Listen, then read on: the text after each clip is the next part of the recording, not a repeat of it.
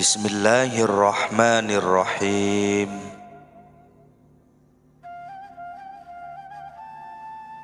Nabi Muhammad sallallahu alaihi wasallam bersabda, barang siapa berhias untuk manusia dengan sesuatu yang dicintai dan menghadap Allah dengan sesuatu yang dibenci, maka Allah menjumpainya dengan dua kemurkaan. Dengarlah sabda Nabi, wahai munafik, secara berani kau jual akhirat dengan dunia. Wahai penjual Allah dengan ciptaan, wahai penjual sesuatu yang kekal dengan binasa, amat disesalkan perdaganganmu dan lenyap sumber-sumber kekayaanmu. Celaka, kamu berkepentingan dengan sesuatu yang dibenci Allah.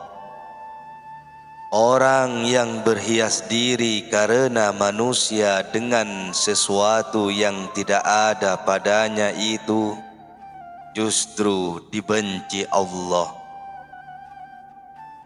Hiasilah lahirmu dengan adab syariat dan batin, dengan pembebasan diri dari ciptaan.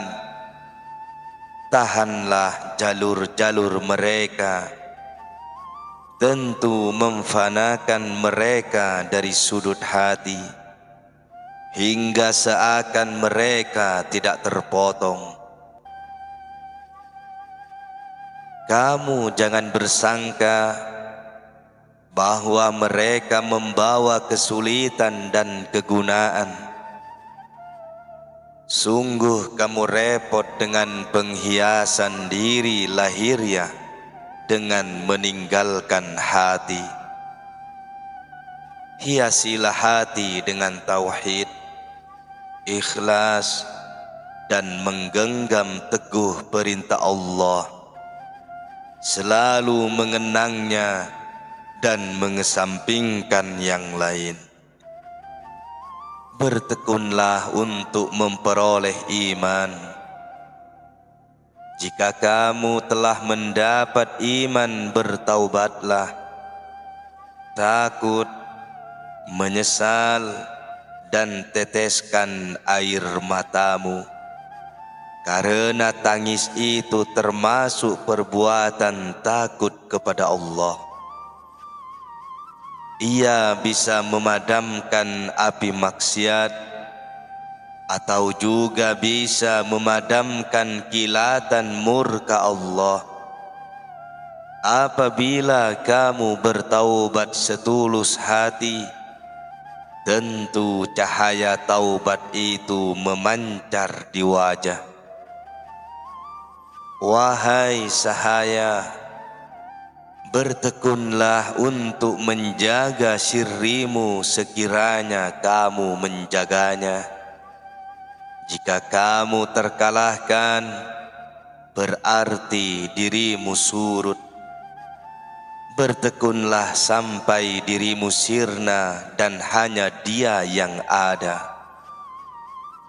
Jadilah bersamanya seperti orang mati yang dimandikan, atau seperti Ashabul Kahfi yang bersama Jibril alaihi salam. Bersamalah dia tanpa wujud, tanpa ikhtiar, tanpa perangan dalam bentuk apapun. Teguhlah di hadapannya, di atas pijakan iman dan menundukkan nafsu di saat ketentuan yang berat turun padamu. Iman itu tetap teguh menyertai ketentuan atau qadar, sedang munafik itu menjauhinya. Orang munafik bila hari-harinya berlalu, ia kering dengan niat, tetapi nafsu, tabiat, dan hawanya semakin dipersarat. Mata sir dan mata hatinya buta, tampak dari luar ia mewah, tapi dalamnya remuk. Ingatannya kepada Allah hanya di bibir, bukan di hati. Sedang orang beriman kebalikan orang munafik. Wahai manusia, jika terpaksa kamu tidak mampu mengikuti seruan ini, jadikan dirimu pada pintu dunia dan hatimu pada pintu akhirat. Sirrimu di pintu Allah, sampai jiwa berubah jadi hati dan mampu merasakan sesuatu yang bisa dirasa. Hati berubah jadi sir dan mampu merasakan sesuatu yang terasa. Dan sir berubah jadi fana, yang pada akhirnya kamu tidak bisa merasakan atau tidak terasakan. Lalu hidupmu hanya untuk Dia, bukan yang lain. Amat beruntung orang yang mengamalkan anjuranku dan ikhlas dalam pelaksanaannya. Amat beruntung orang yang beramal dengan tangan sendiri, lalu memperdekat kepada orang yang diamali kepada Allah. Wahai sahaya, sampai kapan engkau bersekutu dengan ciptaan, bergantung kepada mereka? Kamu wajib mengerti bahwa seseorang pun di antara mereka tidak bermanfaat atau membawa kesulitan bagimu. Ya, kekafiran mereka, kekayaan mereka, kemuliaan mereka, dan kehinaan mereka. Peliharalah takwa.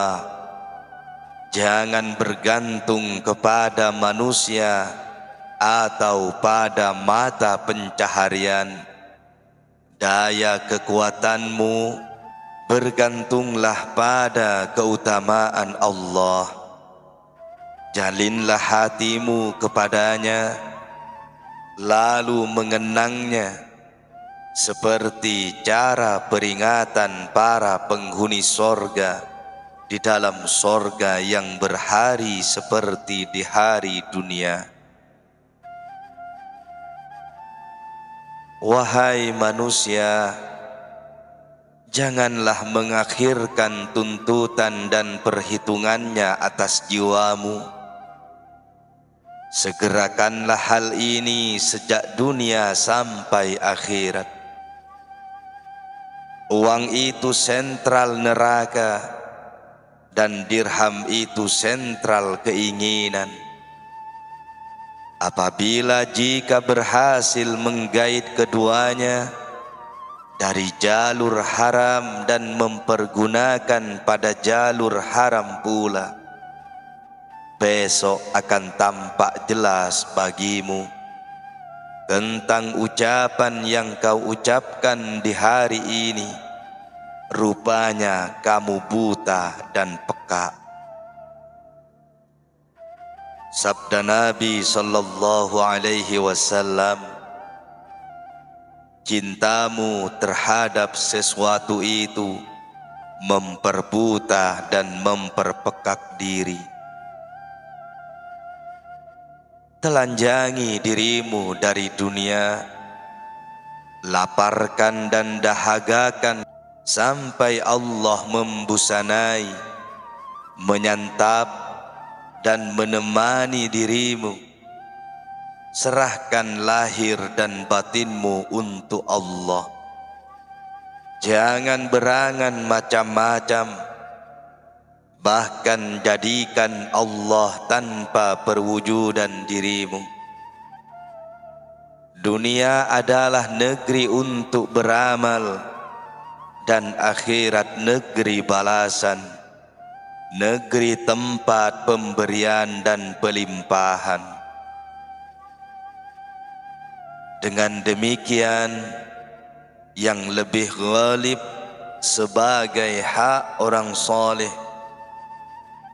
Adapun yang lebih pelik buat mereka adalah orang yang bebas amal di dunia, tetapi ia diberi sesuatu, diberi rahmat dan segera mendapat peristirahatan.